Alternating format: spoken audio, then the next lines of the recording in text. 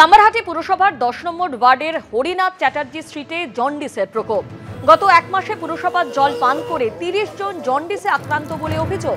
পুরসভার তরফে medical camp করা হয়েছে। চলছে পাইপলাইনের পরীক্ষা। প্রয়োজনে বদলে ফেলা হবে পাইপলাইন, দাবি কামারহাটি পুরসভার। ঘটনাস্থলে পৌঁছেছেন স্বাস্থ্য আধিকারিকরা। বর্ষায় ডুবে যাচ্ছে নর্দমা। পাইপলাইন ডুবে পানীয় জলে মিশছে নোংরা জল। পানীয় জল পান করেই জন্ডিস, অভিযোগ স্থানীয় বাসিন্দাদের।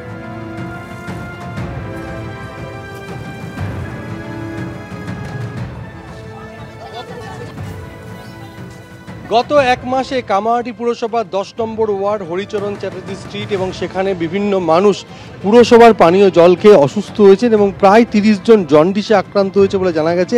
এই মুহূর্তে আমরা দেখতে পাচ্ছি যে পুরসভার স্বাস্থ্যকর্মীরা তারা এসছেন ঘটনাস্থলে, তারা সার্ভে করছেন।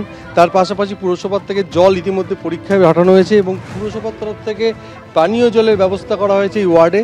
এবং 8 নম্বর ওয়ার্ডের তৃণমূল কাউন্সিলর তিনি এই মুহূর্তে দায়িত্বে আছেন, তিনি এসছেন। এখানে কি সমস্যা?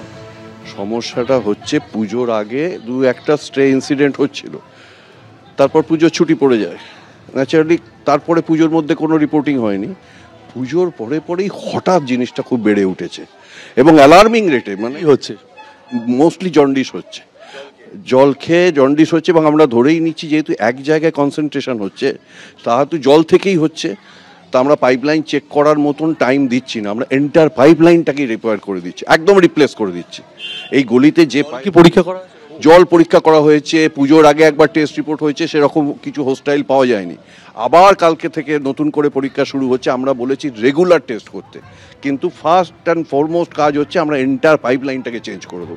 আমরা পৌরসভার জল বলেছি 24 আওয়ার্স থাকবে এখানে, এবং হ্যালোজেন ট্যাবলেট বা এই জাতীয় কিছু ব্যবহার করতে জলেতে। প্রত্যেক বাড়িতে আমরা বলে দিচ্ছি দয়া করে জল ফুটিয়ে ছাড়া খাবেন না। প্রায় 30 জন আক্রান্ত হয়েছে মোটামুটি, কম বেশি রোজই একজন দুজন করে হলে আপনি যদি বলেন ফিগারটা 25 থেকে 30-র মধ্যে পৌঁছে গেছে এবং এটা শর্ট পিরিয়ড এসকালেশন হয়েছে। তো হেলথ টিম সঙ্গে সঙ্গে এসছে, কাল থেকে আমরা এখানে ক্যাম্প খুলে দিয়েছি। হেলথ টিম এসছে, আমরা বলে রেখেছি সাগর দত্ত হসপিটালকে যে এখানকার কোনো কেস গেলে আপনারা যেভাবে হোক যদি সিরিয়াস বোঝেন বেড প্রোভাইড করে দিন, অ্যাডমিশন করিয়ে দিন। So we are trying our best. বর্ষায় ডুবে যাচ্ছে নর্দমা। পাইপলাইন ডুবে পানীয় জলে মিশছে নোংরা জল। সেই পানীয় জল পান করে জন্ডিস, অভিযোগ স্থানীয় বাসিন্দাদের।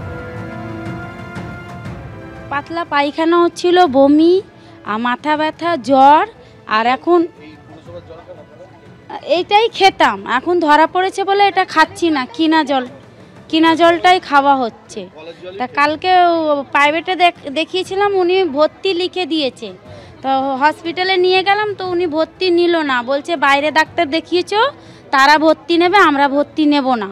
যদি আউটডোরে দেখান ওরা লিখে তাহলে ভর্তি নেব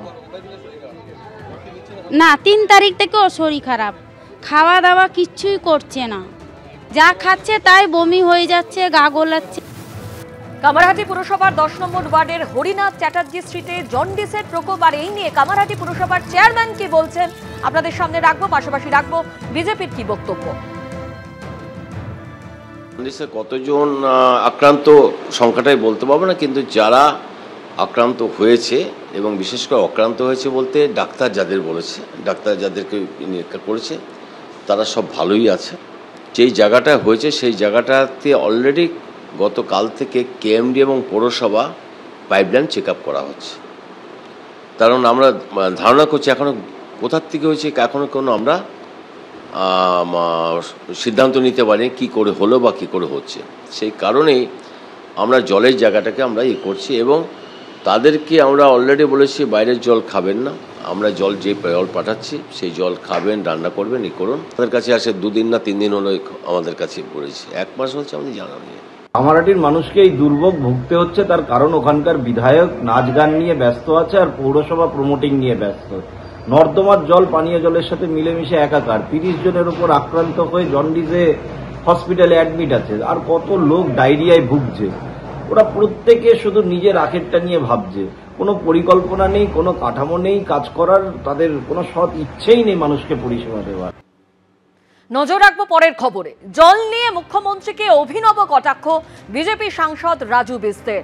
জলের কলে মুখ লাগিয়ে বললেন, হ্যালো মমতা দিদি, শুনতে পাচ্ছেন? ये हर घर जल का नल है, पाइप है, पानी नहीं है।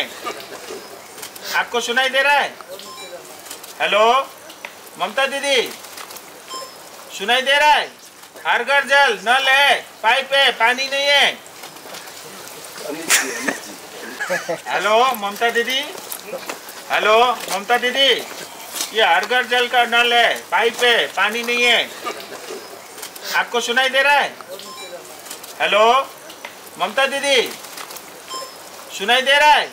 हर घर जल नल है, पाइप है, पानी नहीं है।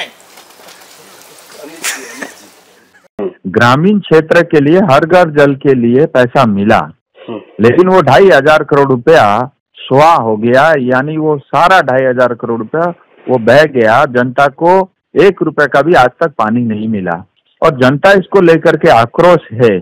और इसलिए मैंने उसी टूटी से ममता दीदी से पूछा कि आपका हर घर जल, क्योंकि मैं तमाम चिट्ठी लिख चुका हूँ, चिट्ठी का ममता दीदी की तरफ से, सरकार की तरफ से, प्रशासन की तरफ से कोई उत्तर नहीं आया। জল নিয়ে মুখ্যমন্ত্রীকে অভিনব কটাক্ষ বিজেপি সাংসদ রাজু বিস্তের, যেখানে তিনি জলের কলে মুখ লাগিয়ে বললেন, হ্যালো মমতা দিদি শুনতে পাচ্ছেন? এই নিয়ে বিজেপি বিধায়ক শঙ্কর ঘোষ কি বলছেন শোনাবো। প্রত্যেক ঘরে জল পৌঁছানোর কেন্দ্রীয় সরকারি যে প্রকল্প, সেই প্রকল্পের অর্থের নয়-ছয় করার যে ছবি আমাদের মাননীয় সাংসদ যেভাবে তুলে ধরেছেন, হ্যাটস অফ টু হিম।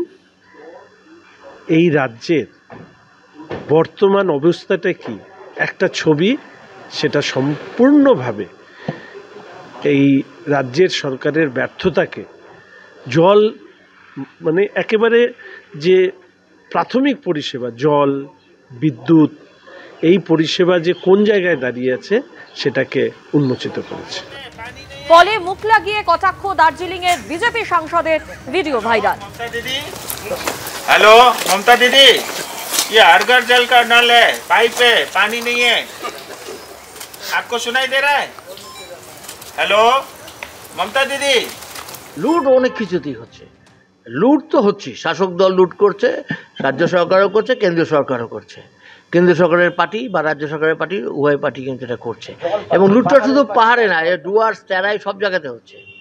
বনের মধ্যে, ফরেস্টের মধ্যে, ডিপ ফরেস্টের মধ্যে যেভাবে সব রিসোর্ট এবং 5 তারা হোটেল হয়ে যাচ্ছে, তাতে করে তো মানুষ, আমাদের ভবিষ্যৎ খুব অন্ধকারাচ্ছন্ন। কিন্তু নিজে তো কত বছর ধরে এমপি আছেন, এমপি ল্যাডের টাকা পেয়েছেন, সেই টাকাগুলো কোথায় খরচ করেছেন সেই হিসেবটা জনগণকে দিন। ত্রাণ দিতে গিয়ে আক্রান্ত এলাকার কাছেই ত্রাণ বিলি করলেন শঙ্কর ঘোষ। গত সোমবার নাগরাকাটার বামনডাঙ্গায় গিয়ে হামলার মুখে পড়েন শঙ্কর ঘোষ। আজ নাগরাকাটায় শঙ্কর ঘোষ ত্রাণের কাজে তদারকি বিজেপি বিধায়কের। শঙ্কর ঘোষের সঙ্গে ছিলেন কালচিনির বিজেপি বিধায়ক বিশাল লামা। গত 6 তারিখে আপনারা জানেন নাগরাকাটায় ত্রাণ বিলি করতে গিয়ে আক্রান্ত হন বিজেপি বিধায়ক শঙ্কর ঘোষ এবং বিজেপি সাংসদ খগেন মুর্মু। খগেন মুর্মু তিনি রক্তাক্ত হন, তাকে হাসপাতালে ভর্তি করা হয়। অন্যদিকে শঙ্কর ঘোষ, তাকে ধাক্কা মারা হয়, আক্রান্ত হন শঙ্কর ঘোষ। সেই নাগরাকাটার কাছে গিয়ে আজকে ত্রাণ বিলি করলেন বিজেপি বিধায়ক শঙ্কর ঘোষ।